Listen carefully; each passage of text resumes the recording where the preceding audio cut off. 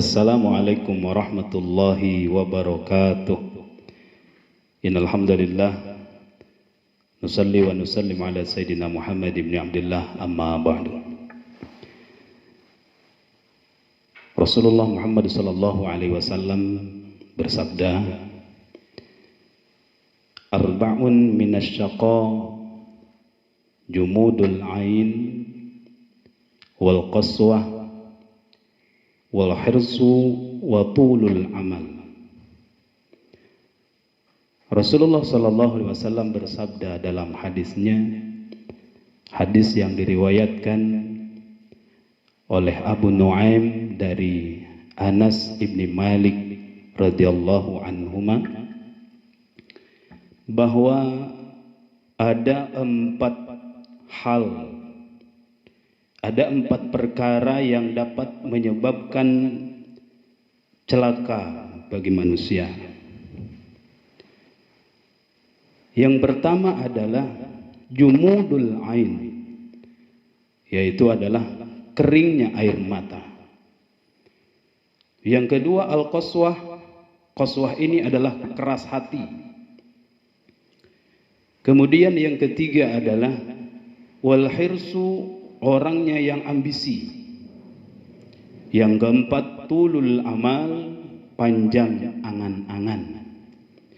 Ini adalah empat hal yang menyebabkan apabila empat hal ini hinggap di seorang manusia, maka kuat keyakinan bahwa orang itu akan celaka. Celaka dunia, terlebih adalah celaka di akhirat.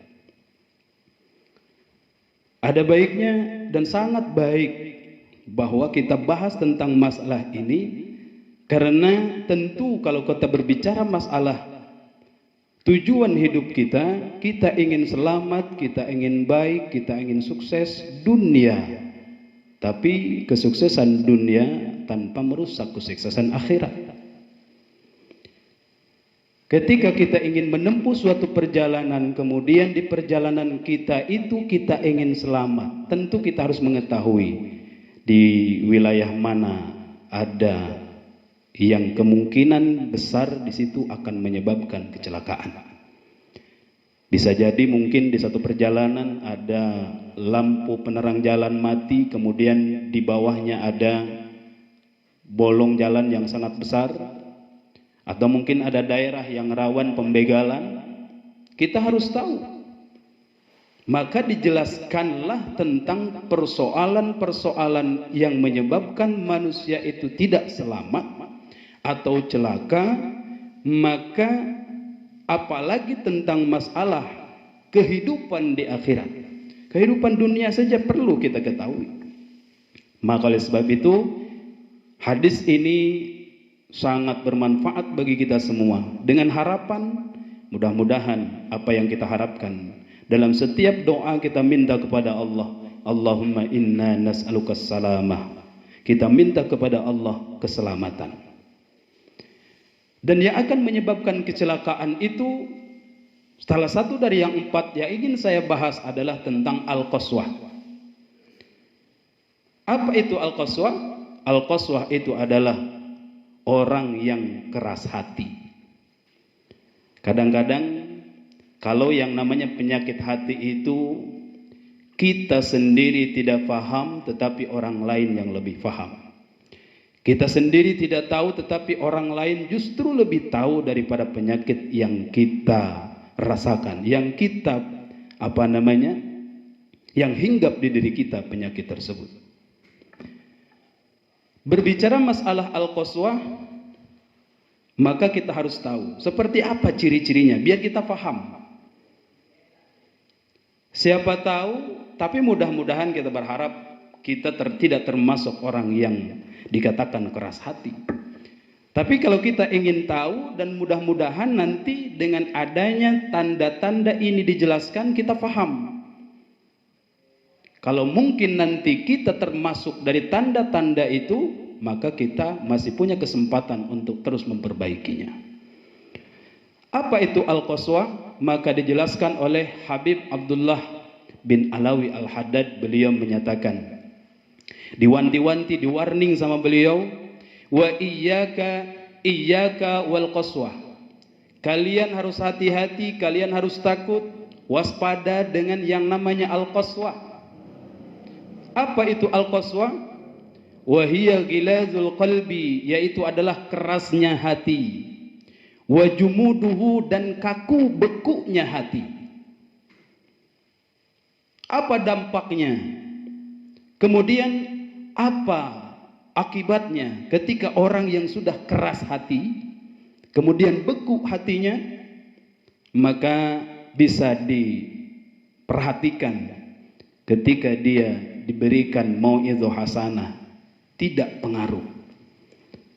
Karena kata beliau, Habib Abdullah bin Alawi Al-Haddad mengatakan bahwa wahiyya gilazul qalbi wa jumuduhu, yang disebut dengan qaswah itu tadi adalah keras dan bekunya hati, sehingga hatta la yata'assaru bil mau'izah. Orang yang keras hati, orang yang beku hati itu ketika mendengarkan nasihat, jangankan dari anak kecil, dari orang dewasa saja, nasihat itu tidak mempan. Kadang-kadang walaupun dari seorang kiai, ustadz, ulama sekalipun, bagi orang yang keras hati itu, dia tidak akan mempan dan tidak akan pengaruh. Nah, salah satu karakter orang yang keras hati itu adalah ketika dia diberikan nasihat mau'izah hasanah, tidak akan mempan dan tidak akan pengaruh bagi dirinya. Kadang-kadang diberikan nasihat oleh anak yang mungkin usia di bawah dirinya, dia selalu beralasan, ente siapa, ane tahu dari kecilnya. Ente di sini warga baru, ente di sini ustadz baru. Dulu saja nggak seperti itu kok, sekarang zaman ente aneh-aneh, katanya kan begitu. Padahal kalau yang namanya kebaikan itu tidak perlu lihat siapa yang menyampaikan, tidak perlu pandang status dan kedudukan siapa yang menyampaikan. Kalau itu kebaikan, orang yang tidak keras hatinya akan selalu dia terima. Ada yang mengatakan bahwa sebuah kaul yang mengatakan, ini hadis Nabi yang mengatakan bahwa lihatlah yang disampaikan, jangan pernah kau lihat siapa yang menyampaikan. Kalau kita lebih banyak meneliti dulu. Kadang-kadang begini, orang yang punya keras hati itu ketika diberikan nasihat, dia dengerin kalau nasihat itu untuk nyinggung orang lain. Nah, ini cocok, ini untuk si A nih, mantap nih, kena nih. Tapi giliran nasihat itu kena bagi dirinya, maka dia seolah-olah diam, seolah-olah dia tidak mendengarkan, seolah-olah dia pura-pura tidur dan lain sebagainya, sibuk dengan WA, sibuk dengan SMS dan lain sebagainya ketika mendengarkan nasihat. Habis itu tidak ada berbekas di hati nasihat tersebut. Ini salah satu tanda orang-orang yang keras hati. Harus kita waspadai. Kemudian yang kedua, wala yariqa wala yalina. Ketika inda zikril maut, ketika diceritakan tentang kematian, wahai manusia, bahwa kematian itu kepada siapapun, kapanpun, dimanapun akan tiba kepadamu, maka harus persiapkan tentang bagaimana mempersiapkan bekal untuk menempuh dan sampai kepada kematian itu sendiri. Tetapi bagi orang yang keras hati, ketika diberikan pengingat bahwa engkau suatu saat akan mati, hatinya tidak lunak dan tidak tersentuh tentang mengingat kematian. Kalau orang ketika diberikan nasihat sudah tidak pengaruh, diberikan peringatan tentang bahwa hidup ini tidak akan selamanya, ada kehidupan sesudah dunia, ada akhirat, ada kehidupan setelah kematian, ada akhirat sesudah dunia, dan kematian itu mengintai siapapun, tidak pandang usianya, tidak pandang dia bayi yang baru lahir, tidak pandang dia seorang yang sudah tua renta, tidak pandang orang yang sakit, tidak pandang orang yang sehat. Ketika ajal itu datang, tidak akan ada orang yang mampu menolaknya. Tapi tidak mempan bagi orang yang keras hati, cuek saja. Kemudian ketika diberikan tentang peringatan, diingatkan kepada dia bahwa Allah menjanjikan pahala ketika engkau berbuat kebaikan Allah janjikan pahala, engkau dijanjikan oleh Allah surganya, tidak tertarik tentang kebaikan, biasa saja. Kemudian wal wa'di, kemudian janji Allah, wal wa'id, ancaman Allah, diancam barang siapa yang melanggar aturan Allah maka diancam akan azabnya Allah melalui nerakanya Allah. Tidak takut, cuek-cuek saja, jalan saja, mabok, zina, apapun yang penting enak bagi dirinya. Kemudian wa akhwalil akhirah, sudah dijelaskan oleh Ustadz dan Kiai tentang bagaimana dahsyatnya hari akhirat. Bagaimana orang-orang yang ketika dibangkitkan di padang mahsyar, dia dalam keadaan ketakutan, panasnya luar biasa. Tidak ada orang yang bisa dimintai pertolongan, hanya memikirkan dirinya sendiri. Banyak berbagai macam riwayat yang menceritakan tentang bagaimana dahsyat, mengkhawatirkan, menakutkannya tentang hari akhirat. Gimana nanti aja lah. Selalu dan selalu begitu. Ini apabila orang sudah punya sifat seperti itu, berarti dia adalah orang yang keras hati. Kemudian Rasulullah SAW mengatakan bahwa ab'adul asya minallah al-qalbil qasi, bahwa ab'adul asya, orang yang paling jauh dari rahmat Allah adalah orang yang keras hatinya.